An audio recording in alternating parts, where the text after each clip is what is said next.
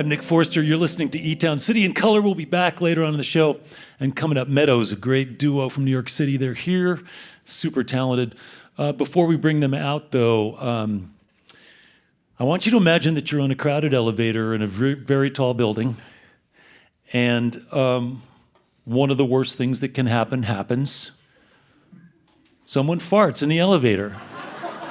Unwanted passing of gas, right? It happens. And in our quest to fight climate change, that's exactly the problem we're having globally. The unwanted passing of gas is a big, big deal. And I use that analogy just so you'll pay attention, really. That gas is escaping from the Earth's core through leaky oil wells. It's a big deal, big problem that we actually can address a little bit. And so here to tell us more about all of that stuff is the Director of Regulatory and Legislative Affairs at the Environmental Defense Fund. Please welcome Jon Goldstein.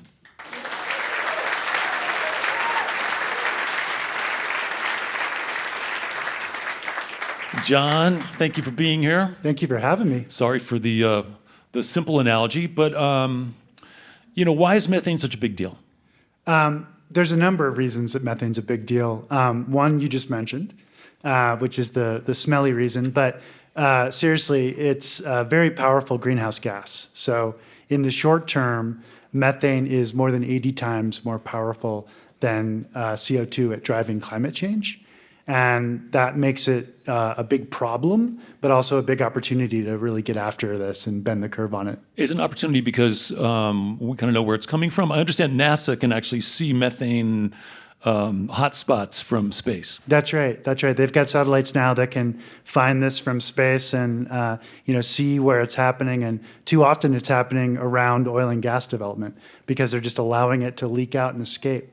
And it's a completely solvable problem. It's plumbing. We can get out there with wrenches and fix this. Wow.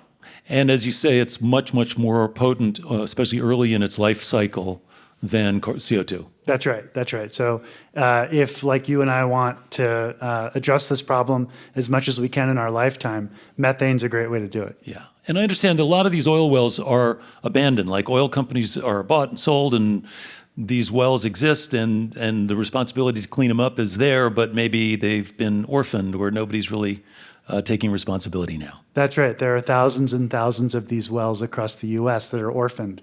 The company, pulled all the money out of it they could and then walked away and left the taxpayers holding the bag. And luckily, some legislation was passed by Congress last year, the bipartisan infrastructure law, that's putting tens of millions of dollars into plugging these wells so that they don't leak methane and they don't impact groundwater. What's cool, as I understand it, and again, I'm so glad you're here because you know all this stuff. A lot of times when people talk about regulation of the oil and gas industry, it's like, well, that's going to kill jobs and that's going to ruin the economy. It sounds like if this can be solved with wrenches, we need people to use the wrenches. That's right. Guys with wrenches are jobs too. Yeah. And so, that's what's happening across the country. States like Colorado, that was the first state in the country to get these rules in place back in 2014, are seeing job growth in the methane mitigation industry. Yeah. People that go out and inspect the wells, that manufacture the valves that don't leak as much, that then get installed on these well sites. Yeah. Those are jobs in places like Colorado, New Mexico, and will be across the country as we get federal rules in place. And the oldest wells are probably in Ohio or Pennsylvania or a place like that, right? That's right. That's where the oil industry began, right after the Civil War. Yeah. Here's another thing I don't understand, and I imagine our listeners don't either. Every time you drive by a refinery, they're flaring gas, big smokestacks of bright flaming. That's right. Isn't that something that they also sell? That's right. And so, I kind of think of flaring as a necessary evil. It's better to burn that methane than to just allow it to go out uncombusted. Okay. But we want to minimize that as much as possible too, because these flares just don't work right. And they're not efficient, or they don't burn. It's not complete combustion, or they what's going get on? blown out, and so then they're not flares anymore. They're just vents, or they're not completely combusting the gas, and they're allowing too much to slip through. And so, but am I right that it's actually the same product that people purchase? That's right. The gas natural that gas, yeah. many of us use to heat our homes and cook dinner is mostly methane. Yeah. So getting after this problem ought to be a win-win for industry and the environment. Creates jobs, and they can capture the gas, which they can then make money on. That's right. Okay, That's right. so that's why I like guys like you to tell us that these things are not intractable, unsolvable problems. They actually seem pretty sensible. That's right. That's right. And the federal government under President Biden's getting rules in place right now from the EPA. Folks can get involved in that process. We're hoping that they're finalized by August, which is the deadline they've set for themselves. And then, folks in Colorado have been able to enjoy, the benefits of having rules in place, but there are a lot of places in the country that don't have them. Yeah. And this is going to help. So what do listeners do? What does our audience do? Do they write to Congress people to say these funds are available to cap and sequester this gas rather than let it leak out? A great thing to do is to let EPA know that you support these rules that they're working to finalize. They've got a really strong proposal out there. We're hoping that they'll strengthen it a little further on the flaring issue that we were just talking about, and then get them finalized by August. And if you go to edf.org, you can find a petition there that you can sign and get your voice heard.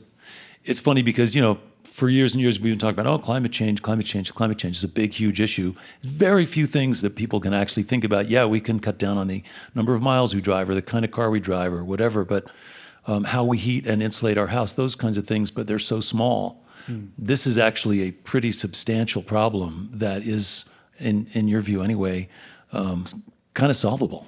Yeah, I think it's entirely solvable. Yeah. And, the industry is more and more getting on board with the need to do this too, which is really helpful. That's awesome. All right. Well, again, we can get together and try to prevent these noxious gas leaks. And stay out of those elevators. Yeah, stay out of those elevators. Okay. Please join me in thanking our guests. Would you please, Jon Goldstein from the Environmental Defense Fund. Thank you. Write to your region EPA and see what you can do. All right. Thank you, Jon. Yeah. Thank you, Nick.